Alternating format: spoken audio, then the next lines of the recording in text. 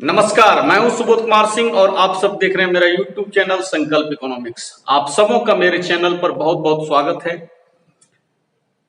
आप लोग जो भी हमसे जुड़े हुए हैं, आप सबों को पता है कि अभी जो चल रहा है सीरीज नेशनल इनकम का, राष्ट्रीय आय का, और इस सीरीज में मेरा ऑलरेडी 5 वीडियो आ चुका है। ये वीडियो नंबर 6 होगा और आज के वीडियो में हम लोग पढ़ेंगे राष्ट्रीय आय किसे कहते हैं और राष्ट्रीय आय निकालने की कौन कौन सी विधियां हैं। What is national income and what are the methods of measuring national income. राष्ट्रीय आय क्या है और राष्ट्रीय आय निकालने के कौन कौन सी विधियां हैं। ये वीडियो आप लोग के लिए बहुत ही इंपॉर्टेंट वीडियो होने जा रहा है। क्योंकि ये नेशनल इनकम सीरीज का सबसे महत्वपूर्ण क्वेश्चन है। आप जब नेशनल इनकम करते हैं इसमें कई क्वेश्चन आता है, लेकिन इस सीरीज का, इस चैप्टर का सबसे इंपॉर्टेंट क्वेश्चन यही है कि राष्ट्रीय आय किसे कहते हैं और इसके मापने की विधियां क्या है। ये प्रत्येक साल पूछता है। हाँ, मेथड में जो होता है इसका 3 मेथड है। एक इनकम मेथड है, एक प्रोडक्शन मेथड है और एक एक्सपेंडिचर मेथड है। तो किसी वर्ष आपको इनकम मेथड पूछ देगा, प्रोडक्शन मेथड में पूछ देगा, तो किसी वर्ष आपको एक्सपेंडिचर मेथड पूछ देगा। तो इसको थोड़ा सा अल्टरनेट करने का कोशिश करता है, लेकिन इससे रिलेटेड क्वेश्चन रहता है। इस बार जो 3 मेथड हम लोग पढ़ेंगे, production method, income method, expenditure method, तो एक्सपेंडिचर मेथड को आप लोग को नहीं करना है क्योंकि जैक ने इसको इस बार जो सिलेबस कट हुआ है कोरोना के कारण उसको हटा दिया है। तो फिर हम लोग ज्यादा समय नहीं लेते हैं, डायरेक्ट आते हैं क्वेश्चन पर। क्वेश्चन आप देख सकते हैं, राष्ट्रीय आय किसे कहते हैं और इसके मापने की विधियां। मैंने राष्ट्रीय आय का परिभाषा दिया, हालांकि राष्ट्रीय आय का क्या परिभाषा है, राष्ट्रीय आय किसे कहते हैं, ये इस बार भी आया, 2020 में भी आया, लेकिन उस पर नहीं जाना है। ये बहुत इंपॉर्टेंट क्वेश्चन है, इसको करके जाना है।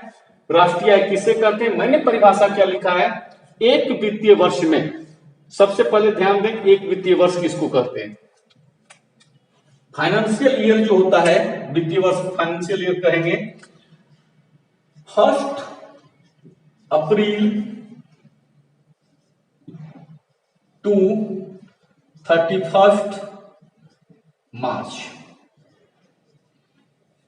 ठीक है, अभी का अगर वित्तीय वर्ष देखिएगा तो ये 1 अप्रैल यानी कि 2000, अगर यहां तक की लें 1 अप्रैल 2019,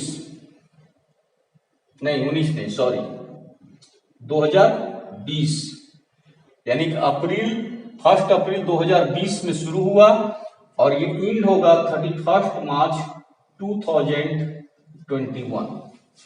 ये करेंट फाइनेंशियल ईयर हुआ।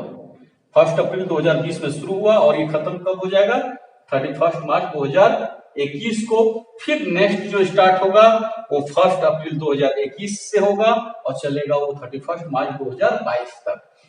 तो ये जो अभी करेंट चल रहा है, तो ये एक फाइनेंशियल ईयर है। इसके अंदर यानी इसी एक वर्ष में ये 365 दिन जो होगा, यहां से लेकर के यहां तक, इसी में किसी देश के सामान्य निवासी, किसी देश का आप ले सकते हैं, यहां पर भारत ले लीजिए, भारत की ही बात कर लीजिए, तो किसी देश के सामान्य निवासी द्वारा अर्जित आय। अब सामान्य निवासी कौन है, तो जैसे मान लेते हैं भारत की आबादी 135 करोड़ है, तो ये जो 131 करोड़ होगा, तो ये जो 135 करोड़ होगा, तो इस 135 करोड़ लोग के द्वारा जितने आय का सृजन होगा वही आय आपका राष्ट्रीय आय होगा। बात समझिए कि अगर देश के लोगों की संख्या 135 करोड़ है, तो इन 135 करोड़ के लोगों के द्वारा जो भी आय का सृजन होगा वो आय क्या कहलाएगा, राष्ट्रीय आय कहलाएगा। दैट मीन्स अगर हम ट्रंप की बात करें या हम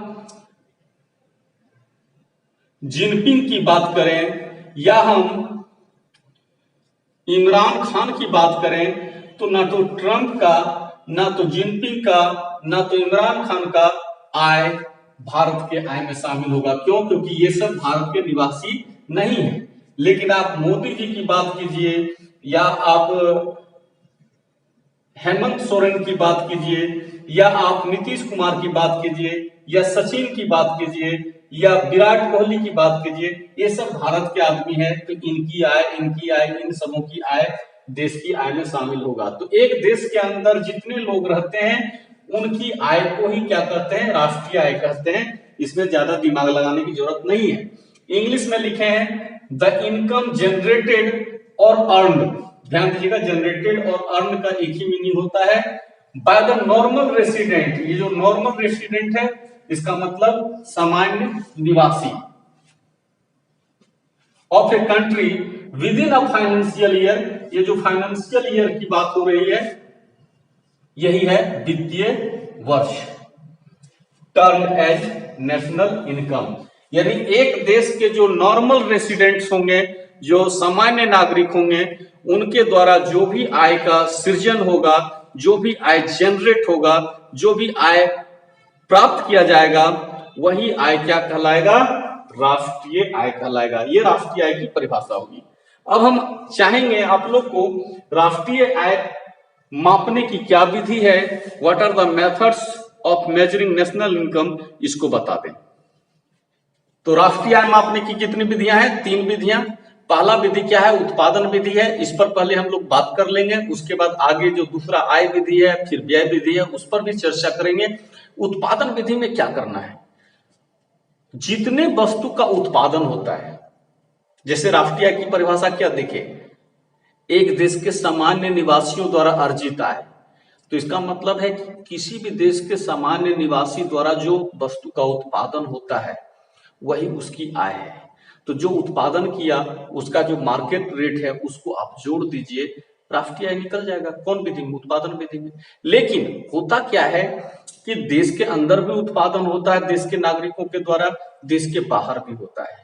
आपको जीडीपी और जीएनपी का जो बताए थे कंसेप्ट कि जीडीपी में देश के अंदर जितने भी अंतिम वस्तु का उत्पादन होता है उसका मार्केट वैल्यू जोड़ना है, वो जीडीपी एमपी है। और विदेश से जो शुद्ध आय होता है, यानी कि जो विदेशी यहां से ले जा रहा है वो, और जो विदेशी बाहर से ला रहा है वो, उसका जो विदेशी यहां से ले जा रहा है वो, और जो देश का आदमी विदेश से ला रहा है वो, उसका डिफरेंस। जैसे मान लेते हैं कि देश के अंदर जो उत्पादन हुआ, यहाँ पर छोटा सा स्पेस में बताते हैं कि ये देश के अंदर उत्पादन हुआ, तो जो उत्पादन हुआ वो जीडीपी है।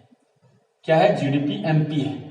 और देश के बाहर मान लेते हैं यहां से कुछ आ रहा है और कुछ जा भी रहा है, तो इसका जो डिफरेंस होगा वो कहलाएगा NFIA। क्या कहलाएगा, NFIA। तो इसका मतलब क्या है कि जब हम जीएनपी निकालना चाहेंगे, क्या निकालेंगे, जीएनपी मतलब यही राष्ट्रीय आय। देखिए राष्ट्रीय आय का क्या लिखे हुए, जीएनपी। तो जब जीएनपी निकालेंगे तो इन दोनों को जोड़ना होगा, जीडीपी एमपी में NFIA को जोड़ना होगा। जीडीपी एमपी क्या है, देखिए क्या लिखे हैं इसमें, एक वित्तीय वर्ष में देश की घरेलू सीमा में उत्पादित अंतिम वस्तु एवं सेवाओं के बाजार मूल्य। ध्यान देंगे, एक वित्तीय वर्ष में देश की घरेलू सीमा में उत्पादित अंतिम वस्तु एवं सेवाओं के बाजार मूल्य को हम क्या कह रहे हैं जी, जीडीपी एमपी कह रहे हैं। तो देश ये है, देश के अंदर जितने भी वस्तु का उत्पादन हुआ उसका बाजार मूल्य क्या कहलाएगा, जीडीपी एमपी में एनएफआईए को जोड़कर, यानी कि इसी में एनएफआईए को जोड़ दीजिएगा, ये एनएफआईए को जोड़ दीजिएगा तो जीएनपी एमपी निकल जाएगा। जैसे एग्जांपल के तौर पर बताए थे कि अगर देश के अंदर 30 रुपये का उत्पादन होता है और बाहर से 5 आ रहा है, लेकिन बाहर साथ ही साथ 2 रुपये जा रहा है, इतना जा रहा है, तो डिफरेंस कितना आता है, 5 2 का 3 आता है। तो एक तरह से आप देख रहे हैं, या इसमें मान लेते हैं पहले वाला एग्जांपल लेके चल रहे हैं, तो इसमें 3 बाहर जा रहा है, तब तो यहाँ पर एनएफआईए क्या हो जाएगा, 2 हो जाएगा। कितना बाहर जा रहा है, 3 बाहर जा रहा है, 5 आ रहा है, डिफरेंस कितना है, 2 का है, तो इसका मतलब एनएफआईए 2 है। शुद्ध रूप से बाहर से हम कितना कमा रहे हैं, 2, और देश के अंदर कितना हो रहा है, 30। तो इस तरह से जीएनपी एमपी जब निकालिएगा, ये जीएनपी निकालिएगा, तो देखिए यहीं पर फॉर्मूला में आप डाल सकते हैं कि जीडीपी एमपी कितना मान के चल रहे हैं, 30, तो डाल दीजिए यहाँ पर 30, और एनएफआईए यानी कि जो बाहर से यहाँ आया और जो बाहर यहाँ से गया उसका डिफरेंस कितना है जी, 2 है। तो इस तरह से आप 30 और 2 जोड़ करके चलिएगा तो आपका जीएनपी एमपी कितना निकल जाएगा, 32 निकल जाएगा। यही राष्ट्रीय आय हो जाएगा। तो देश की घरेलू सीमा में जितने भी वस्तु एवं सेवाओं का उत्पादन होता है उसका बाजार मूल्य पहले निकालना है, वो जीडीपी एमपी है। और उसी में विदेश से शुद्ध जो कमाई हो रहा है मिला देंगे, यानी एनएफआईए को मिला देंगे, तो क्या निकल जाएगा? राष्ट्रीय आय निकल जाएगा। हाँ, अब क्वेश्चन आपके दिमाग में होता होगा कि जीडीपी एमपी कैसे निकलता है। तो जीडीपी एमपी निकालने का एक फॉर्मूला हम बता दें, इतना तक आप लोग का क्लियर हो गया हो।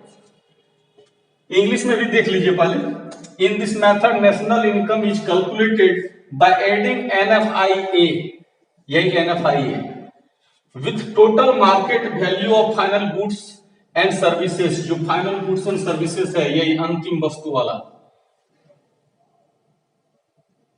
With in a domestic territory, यानी देश के घरेलू सीमा में लिखा होगा, देश की घरेलू सीमा में, ड्यूरिंग ए फाइनेंशियल ईयर, यानी कि एक वित्तीय वर्ष में। तो एक वित्तीय वर्ष में जो टोटल मार्केट वैल्यू हुआ है फाइनल गुड्स और सर्विस का, उसी के साथ जोड़ देना है किसको? एनएफआईए को। तो आपका निकल जाएगा क्या जी? जीएनपीएमपी, राष्ट्रीय आय निकल जाएगा, यानी कि नेशनल इनकम, ये आपका निकल जाएगा। तो ये प्रोडक्शन मेथड है। लेकिन एक चीज और इसमें बता दें, इसको आप मिटा देते हैं।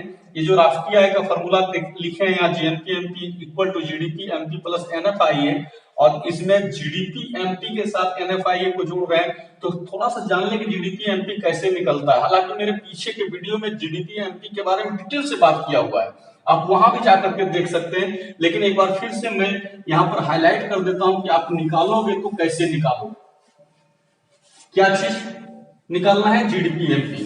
फिर से हम फॉर्मूला को लिखते हैं, फ्रेश फॉर्मूला लिखते हैं कि आपको निकालना है राष्ट्रीय आय। तो राष्ट्रीय आय निकालना है, इसको आप क्या कहोगे? जीएनपी एमपी कहोगे। ये निकालने के लिए आपको क्या करना पड़ रहा है? जीडीपी एमपी प्लस एनएफआईए करना पड़ रहा है। अब सवाल उठता है कि कहां से आ रहा है ये जीडीपी एमपी, वो चीज को देखिए।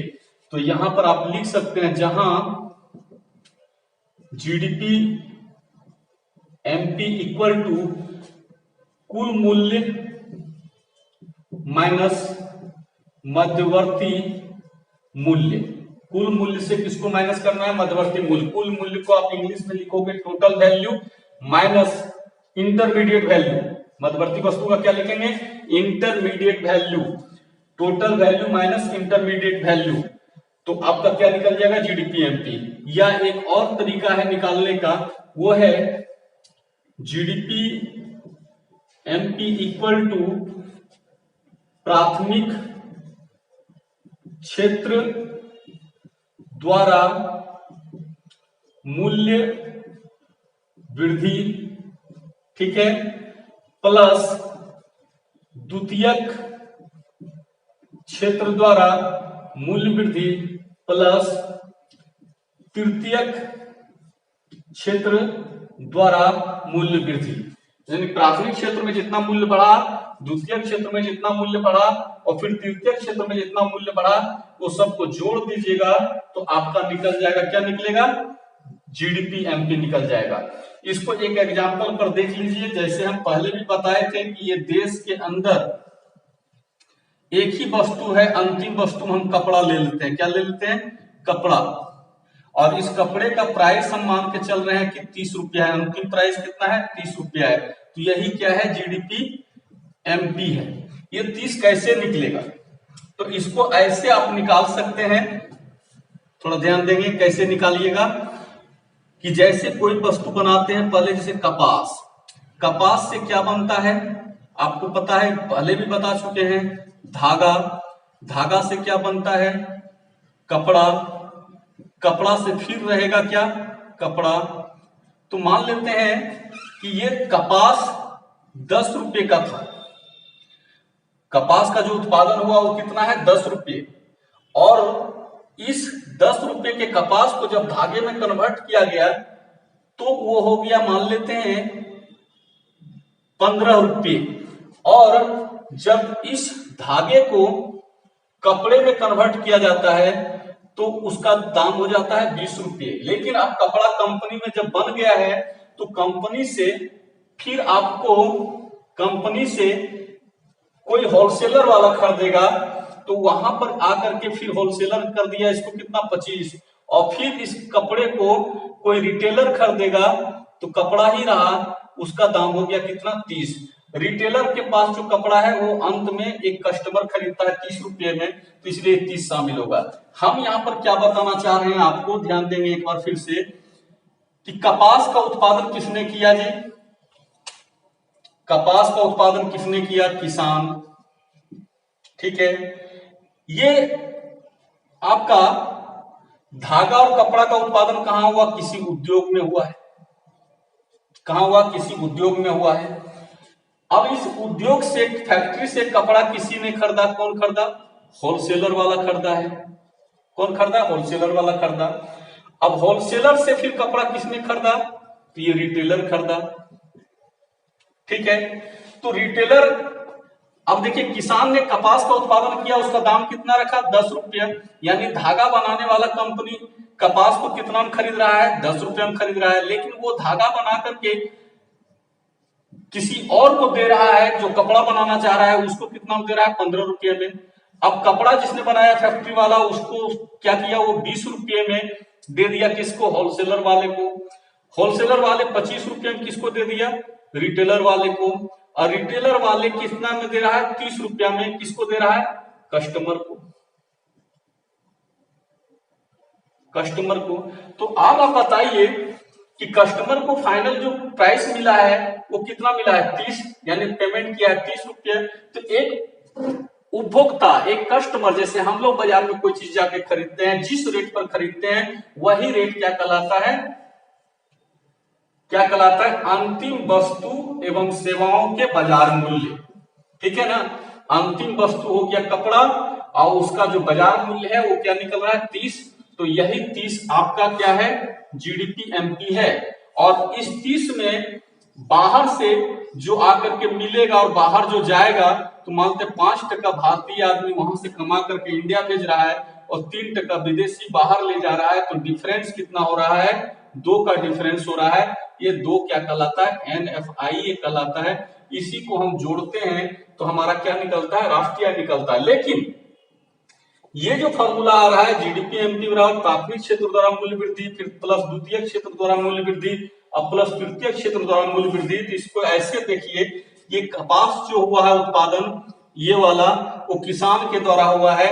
यही हुआ प्राथमिक क्षेत्र, जहां पर कौन सेक्टर हुआ? प्राइमरी सेक्टर, जहां पर मूल्य वृद्धि कितना हुआ है? 10 रुपये का। और ये धागा और कपड़ा दोनों कहां बना है? किसी उद्योग में बना है, जो कहलाएगा सेकेंडरी सेक्टर। क्या कहलाएगा? सेकेंडरी सेक्टर, द्वितीय क्षेत्र, जहां पर कितना वैल्यू बढ़ा है जी? 5 रुपया और 5 रुपया, यानी 10 रुपया का वैल्यू बढ़ा है यहाँ पर। और ये कपड़ा होलसेलर वाले और रिटेलर वाले ये 5 रुपया बढ़ाया, ये भी 5 रुपया बढ़ाया, यानी कि टर्सरी सेक्टर में कितना वैल्यू बढ़ा है? 10 रुपया बढ़ा है। तो 10 रुपया प्राइमरी सेक्टर में मूल्य वृद्धि हुई, ये 10 लिख देंगे। द्वितीय क्षेत्र में भी मूल्य वृद्धि कितना हुआ? 10 हुआ। तृतीय क्षेत्र में मूल्य वृद्धि कितना हुआ? 10 हुआ। तो तीनों क्षेत्र द्वारा जो मूल्य वृद्धि हुआ, हर मूल्य वृद्धि को जोड़ते जाइए, प्राथमिक, द्वितीय, तृतीय, जोड़ के कितना आ रहा है? 30 आ रहा है। यानी जीडीपी एमपी कितना निकल जाएगा? 30 निकल जाएगा। राष्ट्रीय आय जो निकालते हैं, राष्ट्रीय आय यानी कि जीएनपी एमपी इक्वल टू क्या निकालते हैं जी? GDP MP plus NFIA। तो जीडीपी एमपी कितना निकल गया? 30 रुपया निकल गया, हम 30 लिख देंगे। NFI कितना बता रहे थे? बाहर से शुद्ध कितना आया? 2 आया। इस प्रकार ये कितना आ जाएगा? 32 आ जाएगा। तो इस हिसाब से हम क्या निकालते हैं? राष्ट्रीय आय निकालते हैं। राष्ट्रीय आय निकालने से पहले आपको जीडीपी एमपी कैसे निकलता है वो देखिएगा। तो इसमें जीडीपी एमपी का एक लिखे हैं क्या? प्राथमिक क्षेत्र द्वारा मूल्य वृद्धि, द्वितीय क्षेत्र द्वारा मूल्य वृद्धि और तृतीय क्षेत्र द्वारा मूल्य वृद्धि। तीनों क्षेत्र में जो मूल्य वृद्धि हुआ है यही 10-10 करके हुआ है, जोड़े तो कितना हुआ? 30 हुआ। लेकिन ये फॉर्मूला में यदि आते हैं जीडीपी एमपी बराबर कुल मूल्य माइनस मध्यवर्ती मूल्य, तो आपको क्या करना होगा? कुल मूल्य के लिए 10 जोड़ 15 25, 25 जोड़ 20 45, 45 जोड़ 25 70 और 70 जोड़ 30, यानी कि 100। कुल मूल्य कितना हुआ? 100।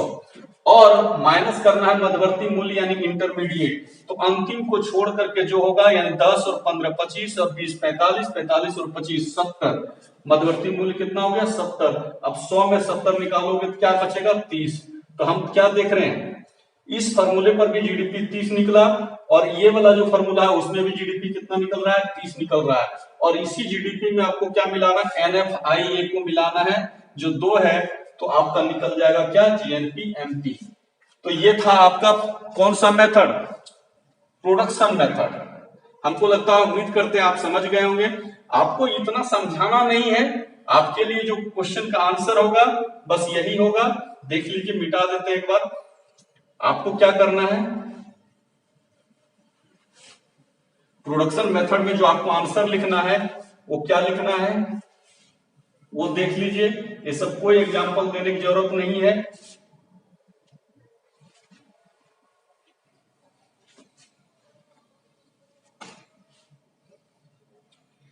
राष्ट्रीय आय, ये आपका हो गया राष्ट्रीय आय यानी जीएनपी एमपी बराबर जीडीपी एमपी प्लस एनएफआई। ये आपको डिटेल में केवल बताया कि जीडीपी एमपी कैसे निकलता है। तो एक ऐसे फॉर्मूला निकाल सकते हैं, कुल मूल्य माइनस मध्यवर्ती मूल्य। और एक फॉर्मूला आपको बता रहा है जीडीपी एमपी का कि प्राथमिक क्षेत्र में जितना मूल्य वृद्धि हुआ, फिर द्वितीय क्षेत्र में जितना मूल्य वृद्धि हुआ और फिर तृतीय क्षेत्र में जितना मूल्य वृद्धि हुआ, सबको जोड़ दीजिए तो ऐसे भी आप क्या निकाल सकते हैं जीडीपी एमपी। तो आपको उत्पादन विधि में इतना ही लिखना है, ये सब कहीं कुछ करने की जरूरत नहीं है। ये सब ऐसे हम आपको समझा रहे थे। ये हो गया आपका प्रोडक्शन मेथड। क्लियर? एक बार फिर से सुन लीजिए कि एक वित्तीय वर्ष में देश की घरेलू सीमा में उत्पादित अंतिम वस्तु एवं सेवाओं के बाजार मूल्य, जिसको जीडीपी एमपी कहेंगे, यानी सकल घरेलू उत्पाद बाजार कीमत पर, उसमें क्या जोड़ना है, एनएफआईए को जोड़ना है। एनएफआईए का फुल फॉर्म हम पहले भी बता चुके हैं, एक बार फिर से देख लीजिए। एनएफआईए, इसको इंग्लिश में लिखते हैं net factor income from abroad. क्या कहते हैं, net factor income from abroad, Hindi में विदेशों से प्राप्त शुद्ध साधन आय। ये एनएफआईए का फुल फॉर्म है। हमको लगता है आप लोग समझ गए होंगे। एक चीज इसमें और बता दें, इसको मिटा देते हैं थोड़ा सा।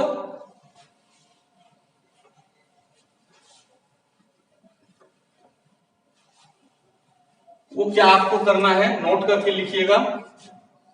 नोट, इस विधि में दोहरी गणना से बचने के लिए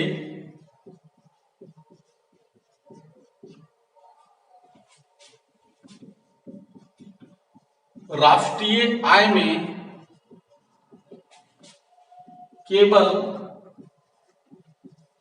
अंतिम वस्तु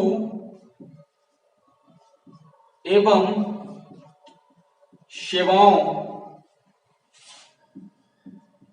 के बाजार मूल्य को शामिल किया जाता है। इस विधि में दोहरी गणना से बचने के लिए राष्ट्रीय आय में केवल किसको शामिल करना है, अंतिम वस्तु एवं सेवाओं को। यानी कपड़ा अंतिम वस्तु था तो उसी का मूल्य शामिल होगा। जैसे समोसा है तो समोसा में आलू भी लगता है, तेल भी लगता है, आटा भी लगता है, बहुत सारा मसाला वगैरह भी लगता है। वो सब का मूल्य नहीं जोड़ना है, केवल समोसा का मूल्य जोड़ना है, क्योंकि समोसा अंतिम वस्तु है, उसमें सभी का मूल्य शामिल होता है। ये भी आपको दिमाग में रखना चाहिए, ऑब्जेक्टिव वगैरह में भी काम देगा। तो ये हुआ उत्पादन विधि। अब हम बात करेंगे आप लोगों से आय विधि का। बने रहिए आप लोग, नेक्स्ट बात करेंगे किसका, आय विधि का।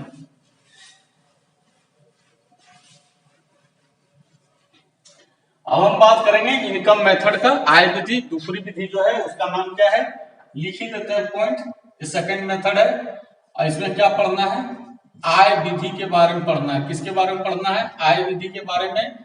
इनकम मेथड इंग्लिश में क्या कहेंगे, इनकम मेथड। आय विधि में हमको निकालना है राष्ट्रीय आय, तो इसके बारे में आपको लिखना क्या, पहले वो लिख लीजिए। इस विधि में ध्यान देंगे, इस विधि में एक वित्तीय वर्ष तो मेंशन करना ही है आपको, क्योंकि एक साल का निकलता है। एक वित्तीय वर्ष में अब फिर देश की घरेलू सीमा भी मेंशन करना है। देश की घरेलू सीमा में उत्पादन के विभिन्न साधनों,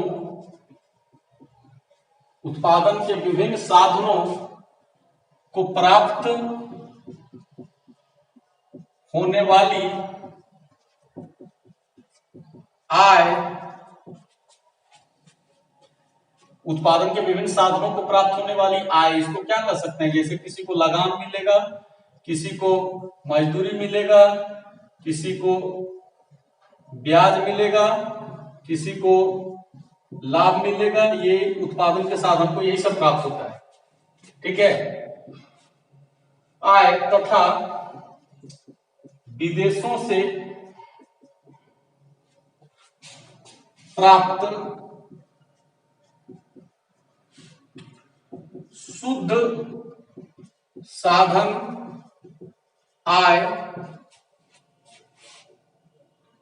जिसको क्या कहेंगे, NFIA, को जोड़कर राष्ट्रीय आय, राष्ट्रीय आय को क्या कहेंगे, GNP MP। GNP MP की जगह NDP MP भी लिख सकते हैं। यहां पर GNP MP की जगह NDP MP भी लिख सकते हैं। एक्चुअली GNP MP और NNP, सॉरी ध्यान देंगे, NNP MP, यहां पर GNP MP की जगह आप क्या लिख सकते हैं, NNP MP भी लिख सकते हैं। इन दोनों में अंतर क्या है कि इस NNP में अगर मूल्यह्रास जोड़ दिया जाए, क्या जोड़ दिया जाए, मूल्यह्रास यानी डेप्रिसिएशन कॉस्ट को जोड़ दिया जाए, तो फिर GNP MP equal to GDP MP हो जाएगा। GNP MP इक्वल टू क्या हो जाएगा, ये मतलब GNP का वैल्यू इसके बराबर होता है। यानी NNP MP अगर केवल लेके चलते हैं, इतना नहीं लेके चलते हैं, इसको आप अगर हटा देते हैं, खाली GNP MP और NNP MP की बात करते हैं, तो हमेशा आपका GNP MP क्या होगा, NNP MP से बड़ा होगा। क्यों बड़ा होगा, क्योंकि इस GNP MP में मूल्यह्रास यानी डेप्रिसिएशन कॉस्ट शामिल है। GNP MP हमेशा बराबर तब होगा जब NNP MP में आप मूल्यह्रास को यानी डेप्रिसिएशन कॉस्ट को जोड़ दोगे। तो जब हम यहां GNP MP की बात कर रहे हैं, तो इसके जगह हम NNP MP भी ले सकते हैं, लेकिन NNP MP लेके चलेंगे तो इसका मतलब है कि इसमें मूल्यह्रास शामिल नहीं है, और GNP MP लेके चल रहे हैं तो इसका मतलब इसमें मूल्यह्रास शामिल है। ये अशुद्ध है, ये शुद्ध राष्ट्रीय आय नहीं है, और ये शुद्ध है। तो हम जब मूल्यह्रास को लेकर के चलेंगे, ये GNP कह रहे हैं, जिसका मतलब ये शुद्ध नहीं है। हम यहां पर अगर NNP लिख दें तो ये शुद्ध हो जाएगा, उसमें आपको मूल्यह्रास को क्या करना होगा, निकालना होगा। तो NFI को जोड़कर क्या निकालते हैं, राष्ट्रीय आय निकाला जाता है। क्लियर, ये हो गया आपका आय विधि में। अगर आप इंग्लिश इसका लिखें तो इंग्लिश में होना चाहिए, इन this method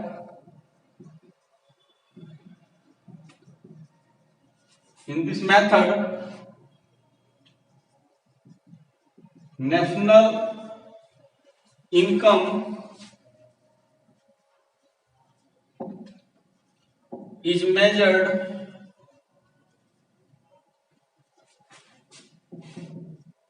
in terms of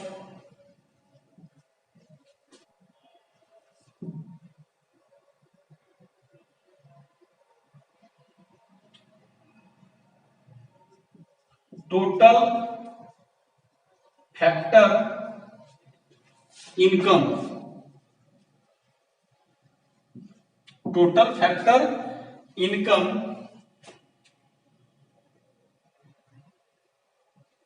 within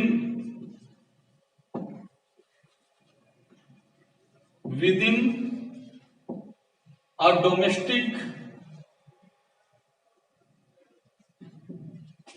territory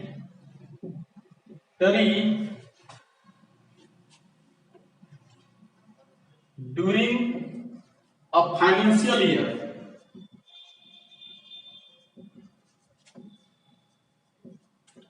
along with NFIA। ध्यान देंगे, सबसे पहले हम फॉर्मूला में आ जाते हैं, उसके बाद इसको समझाएंगे। यहां पर आपको नेशनल इनकम निकालना है। क्या निकालना है जी? नेशनल इनकम, हिंदी में राष्ट्रीय आय।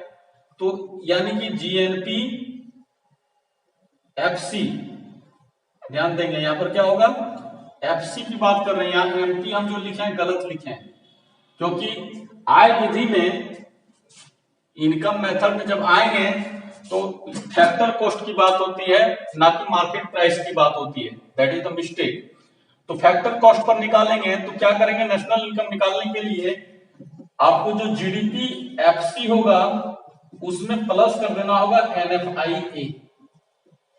हम जब निकाल रहे थे प्रोडक्शन मेथड में, तो प्रोडक्शन मेथड में क्या करना पड़ रहा था, जीडीपी एमपी प्लस एनएफआईए, और जीडीपी एमपी कैसे निकाले थे वो बताए थे। यहां पर भी आपको देखना होगा कि जीडीपी एफसी है क्या, ये कैसे निकलता है। तो ये निकालने के लिए आपको लगान क्या करना होगा जी, लगान, इंग्लिश में रेंट इसको लिखोगे, प्लस मजदूरी, प्लस मजदूरी को वेज लिखना, प्लस ब्याज, इसको आप इंटरेस्ट लिखोगे, प्लस लाभ, इसको प्रॉफिट लिखोगे,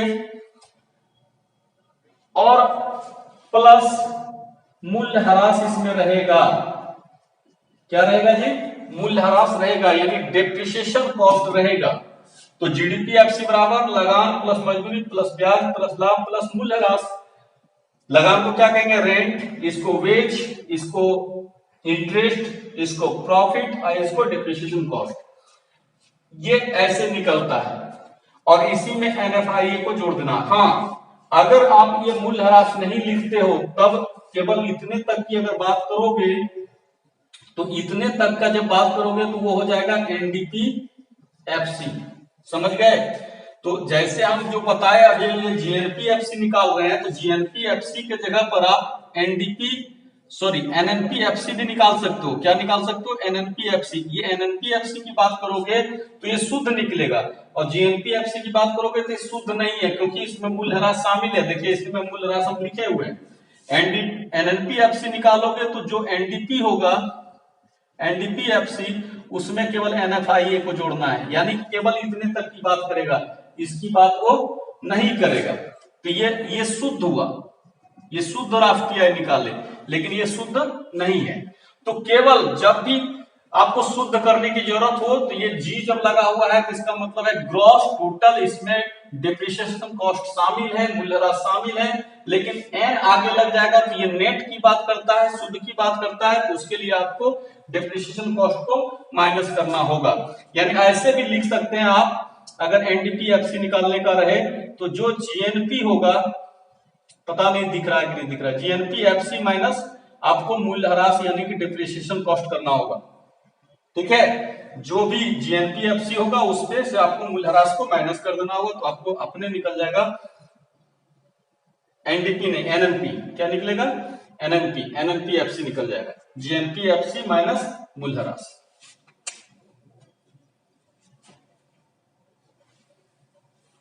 तो ये तो आपका हो गया क्या, कौन मेथड हो गया, इनकम मेथड। अब इस मेथड में डबल काउंटिंग से बचने के लिए क्या करना है वो देख लेंगे। इसको मिटा देते हैं, ये आपको सेकंड मेथड इतना ही है, लेकिन कभी कभार पूछ सकता है कि राष्ट्रीय आय किसे कहते हैं, राष्ट्रीय आय मापने की आय विधि का उल्लेख करें और इसमें दोहरी गणना से बचने के लिए क्या करना पड़ता है वो भी जिक्र कर दे, तो फिर आपको वहां पर मेंशन करना ही होगा कि दोहरी गणना से बचने के लिए आपको क्या करना है आय विधि में। तो इसको मिटा देते हैं। हालांकि आपको एग्जाम में इतना ही लिखना चाहिए, क्योंकि दोहरी गणना जल्दी पूछता नहीं, पूछे तो फिर क्या करेंगे वो देखिए।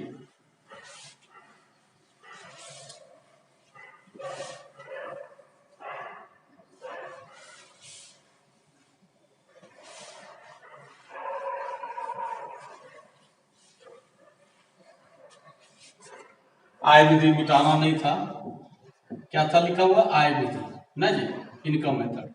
तो इसमें लिखिएगा इस विधि में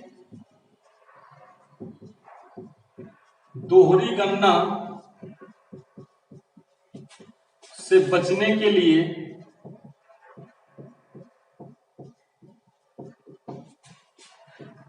निम्न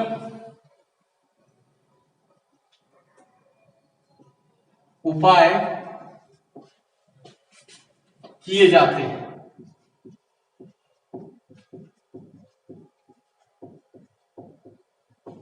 क्या उपाय किया जाएगा? तो नंबर 1 में क्या कीजिएगा, पुरानी वस्तुओं के विक्रय से प्राप्त आय को राष्ट्रीय आय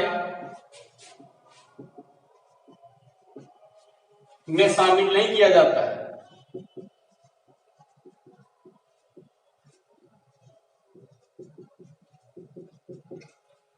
कोई वस्तु अगर आप पुराना वस्तु को बेच दिया, कहिएगा राष्ट्रीय आय में वो शामिल हो जाएगा, तो संभव नहीं है। क्यों नहीं संभव है? क्योंकि मान लेते हैं एक बाइक जिसका दाम 1 लाख रुपए था, ये 2019 में खरीदा गया, तो 2019 में इसका प्राइस मार्केट प्राइस पर यानी प्रोडक्शन मेथड में जब हम राष्ट्रीय आय निकालते हैं तो उस समय भी ये 1 लाख रुपए राष्ट्रीय आय में शामिल हो गया था। और जब फैक्टर कॉस्ट पर जाएंगे तो जब बाइक 1 लाख रुपए में खरीदा गया, यानी 1 लाख रुपया किसी को मिला होगा, यानी कि मानते हैं हम बाइक का पेमेंट किए 1 लाख रुपया, तो वो 1 लाख रुपया जो बाइक बनाया होगा उसी के बीच में बटा होगा। और बनाने में किसका किसका जरूरत पड़ता है? तो लैंड का जरूरत पड़ता है, लेबर का जरूरत पड़ता है, क्या जी, कैपिटल का जरूरत पड़ता है, और किसका जरूरत पड़ता है? इंटरप्रेनर का जरूरत पड़ता है। तो ये लैंड यानी भूमि, मजदूर, पूंजी और क्या हो गया, उद्यमी यानी साहसी। तो इन चारों को जरूरत पड़ता है। तो ये 1 लाख रुपया इसी के बीच में बटा होगा। हो सकता है 25,000 इसको, 25,000 इसको, 25,000 इसको, 25,000 इसको। तो उस ईयर में ही फैक्टर कॉस्ट पर भी ये शामिल हो गया, और मार्केट प्राइस इसका 1 लाख है तो वो शामिल हो गया। तो बताइए, ये कोई 2020 में आकर के, मान लेते हैं जिसने 1 लाख में खरीदा और वो 2020 में आकर के इसको 75,000 में बेच देता है। कितना बेच देता है? 75,000 में बेच देता है। तो क्या लगता है, ये 75,000 उसका इनकम हुआ? बिल्कुल नहीं हुआ। क्यों नहीं हुआ? क्योंकि जब बाइक न्यू था, न्यू पेमेंट हुआ था 1 लाख, और अब वो आदमी 75,000 रुपए में किसी को बेच रहा है, तो 75,000 रुपए में जब बेचा, यानी 75,000 रुपया उसको जब आया, तो एक तरह से बताइए आप कि रियल में उस आदमी को कितना लगा होगा। अरे 1 लाख में खरीदा, 75,000 आ ही गया, तो एक तरह से उसको कितना लगा होगा? 25,000 ही लगा होगा जी। कितना लगा होगा? 25,000 लगा होगा। और 75,000 अब जो आदमी खरीद रहा है उसको लग रहा है, कितना लग रहा है? 75,000 लग रहा है। तो अब बताइए, 25,000 और 75,000 फिर 1 लाख नहीं हुआ, तो क्या फायदा? इसका वैल्यू तो बढ़ा तो नहीं। तो इसलिए पुराने वस्तु को हम मानते हैं, ये भी किसी को 50,000 में बेच देगा, तो फिर उसको भी जोड़िएगा? नहीं, ऐसा नहीं करना है। पुरानी वस्तु को बेचने से जो भी पैसा आएगा वो राष्ट्रीय आय में शामिल नहीं होगा। ये बिल्कुल आप लोग ध्यान में रखेंगे। दूसरा पॉइंट देखते हैं, हस्तांतरण आय। हस्तांतरण आय, इसको इंग्लिश में ट्रांसफर पेमेंट कहते हैं।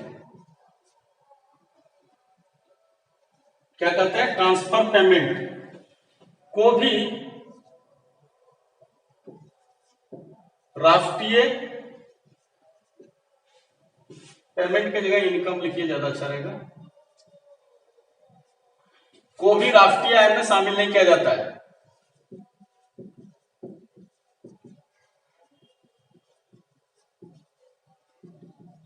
शामिल नहीं किया जाता है। क्यों नहीं किया जाता है जी? ट्रांसफर पेमेंट को क्यों नहीं शामिल किया जाता है राष्ट्रीय आय में? क्योंकि ये फ्री वाला है। जैसे किसी को पेंशन मिला, वृद्धा पेंशन, तो ये जो पेंशन है या छात्रवृत्ति है, तो ये सब ऐसा चीज है जिसके बदले कोई काम नहीं होता है। जिस वृद्ध आदमी को पेंशन दिया गया, वो आदमी अगर बदले इस पेंशन के बदले कोई काम नहीं कर रहा है, इसका मतलब क्या है कि उसको फ्री में मिल रहा है, तो ऐसे पेमेंट को हम राष्ट्रीय आय में शामिल नहीं करेंगे, क्योंकि इसके बदले कोई वैल्यू नहीं ऐड हो रहा है। जिस आदमी को पेंशन दिया गया वो उस पेंशन के बदले कोई काम नहीं करता है, इसलिए इसको हम राष्ट्रीय आय में शामिल नहीं करेंगे। इसके अलावे आपको और भी बहुत सारा चीज है, जैसे अवैध क्रिया, अवैध क्रियाओं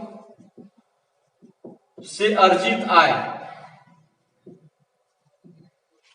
अवैध क्रियाओं से अर्जित आय मतलब जैसे चोरी कर लिए, क्या जी, चोरी हुआ, डकैती हुआ, ठगी हुआ, ये सबसे अगर आपको इनकम आ रहा है, पैसा आ रहा है, कहिएगा वो राष्ट्रीय आय का पार्ट हो जाएगा, वो बात नहीं है। क्योंकि ये घर वाला आदमी अगर इस घर में डाका डालने गया तो इधर वाला घर वाला इसके घर में घुस जाएगा, तो इधर का सामान इधर गया तो इधर का सामान क्या आ जाएगा, इधर आ जाएगा।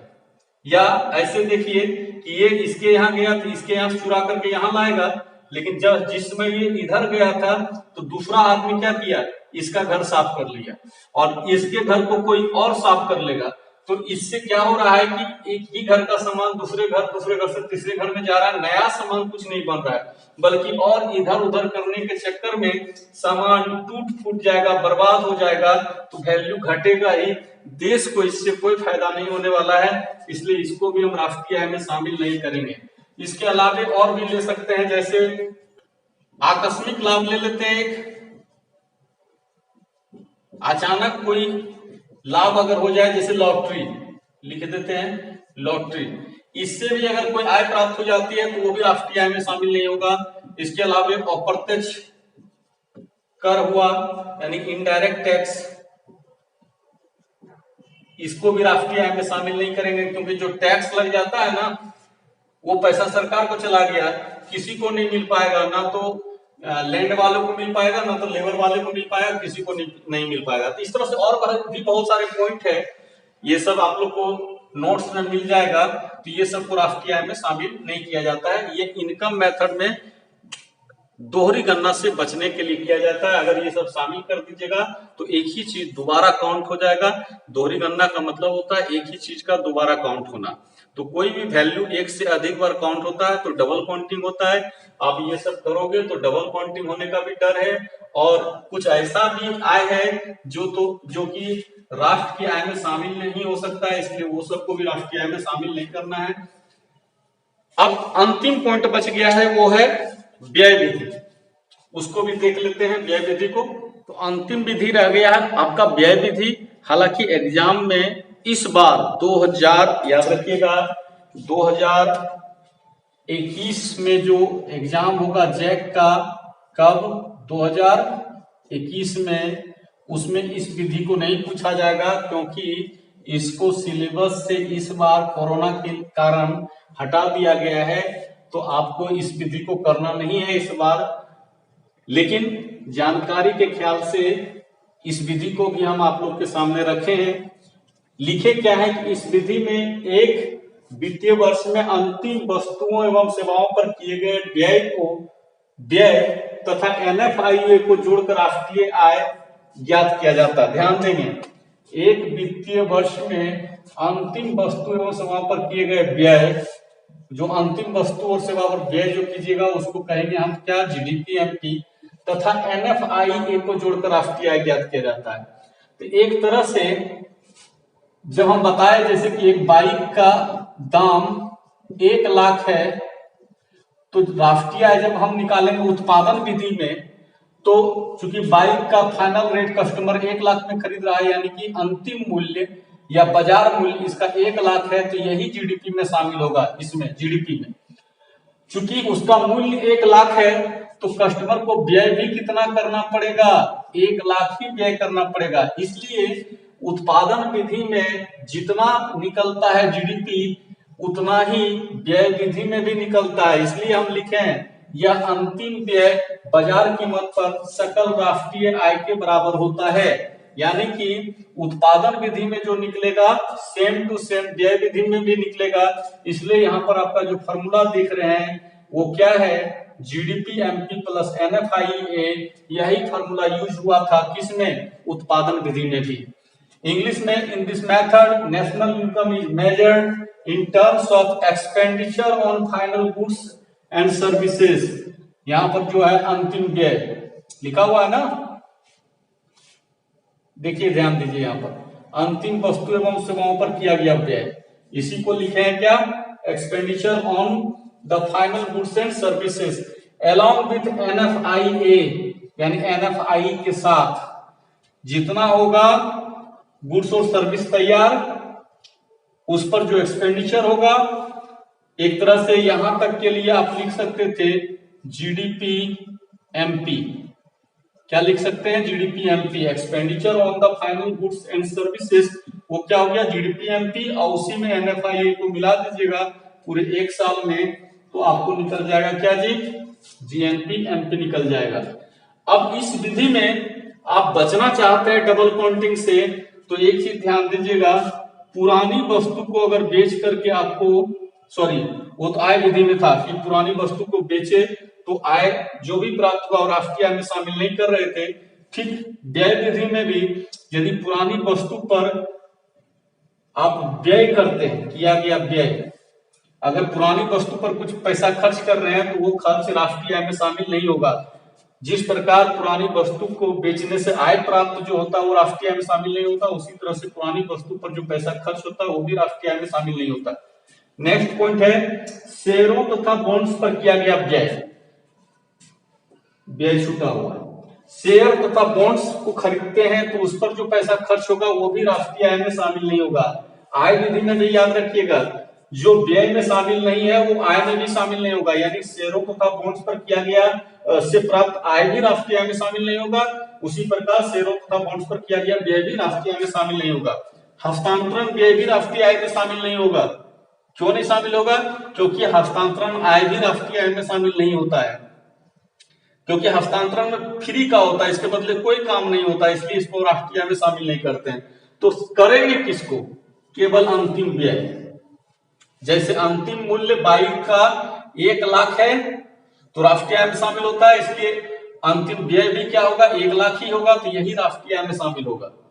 तो ये हुआ आपका व्यय विधि, जो किस बार तो नहीं पूछेगा, आगे से फिर जब सिलेबस को फिर वही कर दिया जाएगा, जो 40% कटा उसको हटा दिया जाएगा, तब फिर ये भी इंपॉर्टेंट पॉइंट हो जाएगा।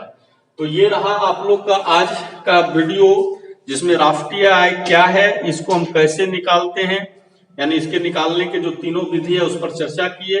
पहला उत्पादन विधि था, दूसरा आय विधि था, तीसरा व्यय विधि। ये तीनों विधि कंप्लीट हुआ। आप लोग एकदम राष्ट्रीय आय किसे कहते हैं, इसके मापने का जो आय विधि और उत्पादन विधि है, ये दोनों विधि जरूर कर लीजिएगा, एग्जाम में अवश्य आएगा, हमको पूर्ण रूप से विश्वास है। 99% चांस है इस क्वेश्चन को पूछे जाने का। आप लोग बिल्कुल इसको करके जाइएगा। मिलेंगे, तब तक हमको आज्ञा दीजिए अगले वीडियो में। धन्यवाद। जय हिंद, जय भारत।